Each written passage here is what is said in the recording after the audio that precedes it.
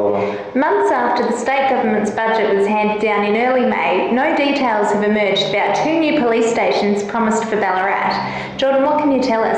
Emily, it's been almost 5 months since $30 million was allocated for new and existing facilities, police stations across Victoria. One was slated to be at Sebastopol, the other at North Ballarat. Now, there are existing facilities, police facilities in those suburbs, but it remains to be seen whether they will be upgraded or simply a new facility will be built.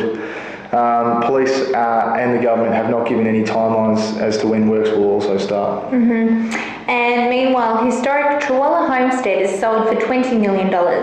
The Richmond family from Geelong has bought the property, ending the current owner's involvement with the property, which spans almost 100 years. You can visit thecourier.com.au to view a photo gallery of the historic homestead. And in sport, the Ballarat Gift will return to its traditional February time slot next year as part of changes to the Victorian Athletic League country calendar. Melanie Whelan will bring us the full story on this. Plus, you can also see our 4-page weekly lift out at the J File. Thanks for joining us.